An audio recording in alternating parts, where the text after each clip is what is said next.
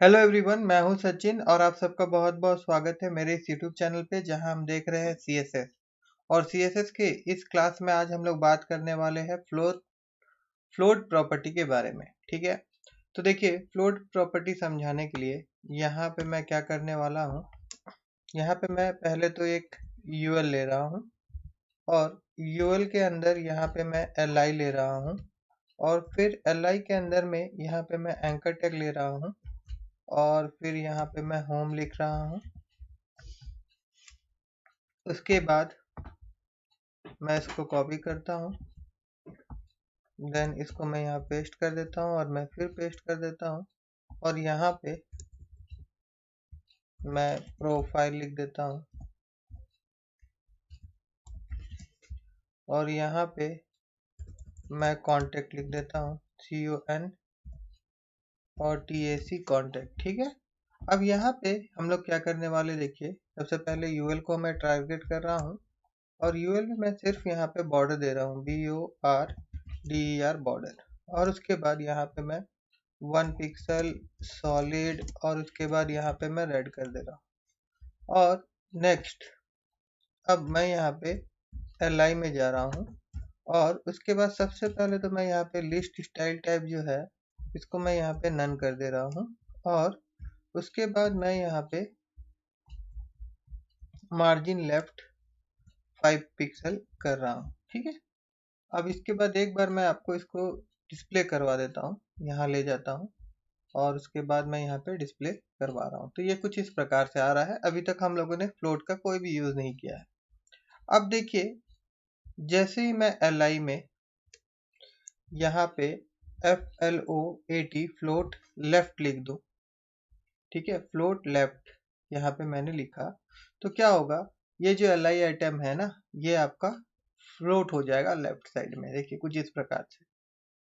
तो जैसे हम लोगों ने इसको फ्लोट लेफ्ट किया, तो और एक चीज देखिए, ये जो यूएल का एरिया था इससे ये बाहर आ गया, यूएल का एरिया से बाहर आ गया है ना। तो यूएल के एरिया में रखने के लिए हम लोगों को यहाँ पे क्या करना पड़ेगा, इससे पहले जैसे हम लोग देखे थे ओवरफ्लो, तो उस ओवरफ्लो प्रॉपर्टी का यूज अगर हम लोग करते हैं और इसको अगर हम लोग ऑटो कर देते हैं, ओवरफ्लो ऑटो, तो अब देखिए, ये अपना यूएल का एरिया का अंदर में ही रहेगा, कुछ इस प्रकार। ठीक है, अब यहाँ पे हम लोग क्या किए थे, फ्लोट लेफ्ट किए थे। ठीक है, और इसी प्रकार से अगर मैं यहाँ पे फ्लोट राइट कर दूं तो क्या होगा, देखिए, ये राइट तरफ फ्लोट हो जाएगा। ठीक है, जैसे कांटेक्ट पहले आ रहा, फिर प्रोफाइल, फिर होम। ठीक है, ये फ्लोट लेफ्ट और राइट हम लोग कर सकते हैं और अपना इच्छा अनुसार इसको हम लोग लिख सकते हैं। ठीक है, अब दूसरा एक और एग्जांपल हम लोग देखते हैं। ठीक है, यहाँ पे तो हम लोग समझे कि किस प्रकार से हम लोग फ्लोट लेफ्ट राइट करते हैं और ओवरफ्लो ऑटो करके हम लोग क्या करते हैं कि जैसे पेरेंट कंटेनर से फ्लोट करने से ये क्या हो जाता है, एरिया से बाहर आ जाता है। तो एरिया में ही रहे ऐसा हम लोग को मेंटेन करवाना है, तो हम लोग ओवरफ्लो ऑटो का यूज कर लेते हैं उसका पेरेंट्स एलिमेंट में। ठीक है, अब यहाँ पे मैं इसको हटा देता हूँ यहाँ पे, और यहाँ पे मैं इसको हटा देता हूँ और यहाँ पे मैं क्या कर रहा हूँ, देखिए, मैं एक div ले रहा हूँ और इसका आईडी जो है वो मैं मेन दे रहा हूँ।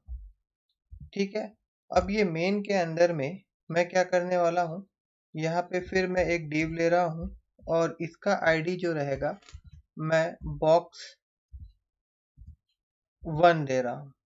ठीक है, और यहाँ पे मैं क्या करने वाला हूँ, मैं यहाँ पे लिख रहा हूँ FLOT फ्लोट और उसके बाद यहाँ पे लेफ्ट, इसको मैं फ्लोट लेफ्ट कर दूंगा। अब यहाँ पे नीचे में एक डिव में और ले रहा हूँ और यहाँ पे मैं इसका आईडी दे रहा हूँ box2 और यहाँ पे सिर्फ मैं भी एक टेक्स्ट लिख रहा हूँ और कुछ भी नहीं कर रहा हूँ। ठीक है, और फिर डिव को यहाँ पे हम लोग बंद कर दे रहे हैं। डिव तो यहाँ बंद है और यहाँ पे डिव शुरू नहीं किया था मैंने। ठीक है, अब ठीक है। देखिए इस तरह से। तो अभी हम लोग क्या करने वाले हैं, सबसे पहले तो मैं यहाँ पे मेन लिख रहा हूँ। मेन हम लोग मैन, अच्छा ठीक है, मैं मेन पहले लिख देता हूँ यहाँ पे हैच और मेन, और उसके बाद यहाँ पे BORDER बॉर्डर, और उसके बाद में यहाँ पे 1 पिक्सल सॉलिड, और फिर मैं यहाँ पे रेड कर दे रहा हूँ। ठीक है, उसके बाद में यहाँ पे देखिए मैं यहाँ जा रहा हूँ और यहाँ पे BOX बॉक्स 1 को सेलेक्ट कर रहा हूँ। ठीक है, बॉक्स 1 को मैंने यहाँ पे सेलेक्ट किया और यहाँ पे मैं क्या कर रहा हूँ, फ्लोट लेफ्ट कर दे रहा हूँ। ठीक है, इसको मैं फ्लोट लेफ्ट कर दे रहा हूँ और साथ ही साथ इसमें मैं बैकग्राउंड कलर दे रहा हूँ। यहाँ पे बैकग्राउंड कलर हम लोग ये दे देते हैं कैन। ठीक है, अब मैं अगर आपको यहाँ ले जाऊं और एक बार मैं इसको अगर रिफ्रेश करूं तो देखिए यहाँ पे ये फ्लोट लेफ्ट जो है, जैसे कि ये डीप कैसे आना चाहिए था, नॉर्मल फ्लो इसका कैसा होना चाहिए था, ये आपका ऊपर होता और टेक्स्ट नीचे आता, मगर जैसे हम लोग फ्लोट लेफ्ट का यूज किए तो ये लेफ्ट साइड चले गया और यहाँ का टेक्स्ट क्या हो गया, ये ऊपर आ गया। एक बार मैं आपको फिर से दिखा दूं, अगर ये लेफ्ट वाला प्रॉपर्टी हम लोग नहीं अप्लाई किए होते, ये वाला, इसको मैं काट देता हूँ, तो इसका फ्लो जो होता, नॉर्मल फ्लो ऐसा होता। देखिए पहले फ्लोट लेफ्ट आता पूरा एरिया कवर करके, इसके बाद में टेक्स्ट आता।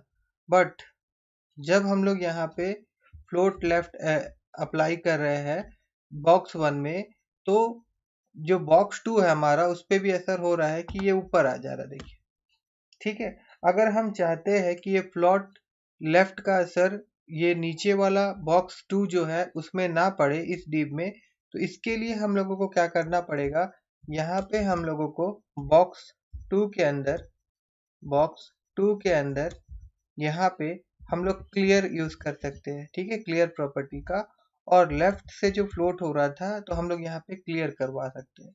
लेफ्ट क्लियर लिखने के बाद अगर मैं जाऊं और मैं अगर इसको रिफ्रेश करता हूं तो देखिए ये टेक्स्ट नीचे आ रहा है। ठीक है ना, अब ये लेफ्ट जो फ्लोट हो रहा था तो लेफ्ट जो है ये नीचे वाला डिव में असर नहीं पड़ रहा है। ठीक है, और इस प्रकार से अगर मैं यहाँ पे बॉक्स 3 लिखता हूँ, मतलब एक डिव और बनाते हैं हम लोग और इसका नाम मैं बॉक्स 3 कर दूं, और उसके बाद फिर अगर हम लोग जाए और अगर मैं इसको रिफ्रेश कर दूं तो देखिए एक बार यहाँ पे फ्लोट क्लियर हो गया है, तो उसके बाद नीचे जो भी एलिमेंट लिखेंगे उसमें भी वो असर नहीं करेगा। ठीक है ना, अब उसी प्रकार से अगर यहाँ पे हम लोग फ्लोट राइट लिखे रहते, RIGHT राइट, और फिर अगर हम लोग अभी यहाँ जाते और इसको अगर हम लोग रिफ्रेश करते तो देखिए यहाँ पे आपका दोनों ऊपर आ गया है ना, मतलब यहाँ पे असर कर रहा है। क्यों? क्योंकि जो हम लोग यहाँ पे क्लियर करवाए हैं वो फ्लोट लेफ्ट करवाए हैं, जबकि हम लोगों को क्या कराना पड़ेगा, फ्लोट क्लियर राइट करवाना होगा, क्लियर राइट। और उसके बाद हम लोग जाएंगे यहाँ और फिर मैं इसको रिफ्रेश करूंगा तो देखिए अभी ठीक है। अब मतलब अभी देखिए क्या है, यहाँ पे देखिए जैसा इसका जो ऑर्डर था ये अपना ऑर्डर में ही आ रहा है। ठीक है ना, जो बॉक्स 2 और बॉक्स 3, फ्लोट लेफ्ट जो हम लोग अभी किए, मतलब फ्लोट राइट जो किए हम लोग यहाँ पे, उसका कोई असर नहीं पड़ रहा है। सेम उसी तरह से मान लीजिए कि यहाँ ऊपर में 2 डिव होता, मैं इसको कॉपी कर दे रहा हूँ और यहाँ पे मैं पेस्ट कर दे रहा हूँ, और यहाँ पे जो आईडी है तो एक आईडी में मैं लिख देता हूँ लेफ्ट, और एक आईडी जो है यहाँ पे मैं लिख देता हूँ राइट, RIGHT राइट, मतलब इसको फ्लोट लेफ्ट करेंगे और इसको फ्लोट राइट करेंगे। ठीक है, और बाकी ये दोनों को मैं ऐसे ही टेक्स्ट रहने देता हूँ। और यहाँ पे हम लोग आते हैं और यहाँ पे बॉक्स का बजाय मैं यहाँ पे लिख देता हूँ लेफ्ट, और यहाँ पे फ्लोट LEFT लेफ्ट कर देते हैं। ठीक है, और उसके बाद यहाँ पे RIGHT राइट। ठीक है, और यहाँ पे हम लोग फ्लोट FLOAT फ्लोट राइट का यूज करते हैं। यहाँ पे देखिए फ्लोट राइट लिख देते हैं। ठीक है, और बैकग्राउंड कलर जो है यहाँ पे, चलिए कुछ और बैकग्राउंड कलर दे देते हैं हम लोग, इसका भी बैकग्राउंड कलर ये सेम बैकग्राउंड कलर नहीं देके यहाँ पे मैं रेड दे देता हूँ। और उसके बाद अभी हम लोग ऊपर जाएंगे यहाँ पे, और इसको अगर रिफ्रेश करेंगे तो देखिए कुछ इस प्रकार से हो रहा है। देखिए ये आपका फ्लोट लेफ्ट है, ये आपका फ्लोट राइट है, मगर यहाँ पे जो हमारा टेक्स्ट था, ये जो टेक्स्ट था ये बीच में आ जा रहा है। ठीक है ना। तो हम लोगों को क्या करना पड़ेगा, अब वहां पे नहीं, नीचे में ही रखना है हम लोग को, ऐसा मान के चलिए। तो यहाँ पे हम लोग को हैच देना होगा, और उसके बाद यहाँ पे BOX बॉक्स 2 जो लिखा हुआ है, यहाँ जाके यहाँ पे हम लोगों को क्लियर बोथ लिखना पड़ेगा। क्लियर बोथ लिखने से ये लेफ्ट और राइट फ्लोट दोनों को क्लियर कर देगा, और ये अपना नीचे आ जाएगा। देखिए इस प्रकार। तो फ्लोट लेफ्ट अपना फ्लोट लेफ्ट में ही है, फ्लोट राइट अपना फ्लोट राइट में ही है, और जो टेक्स्ट का जहां पे हम लोग रखना चाहते थे वो भी वही है। ठीक है। ठीक है, अगर आप लोगों को फ्लोट समझ में आया होगा, CSS का फ्लोट प्रॉपर्टी, तो मेरे इस वीडियो को लाइक करिएगा और मेरे चैनल को सब्सक्राइब करना मत भूलिएगा।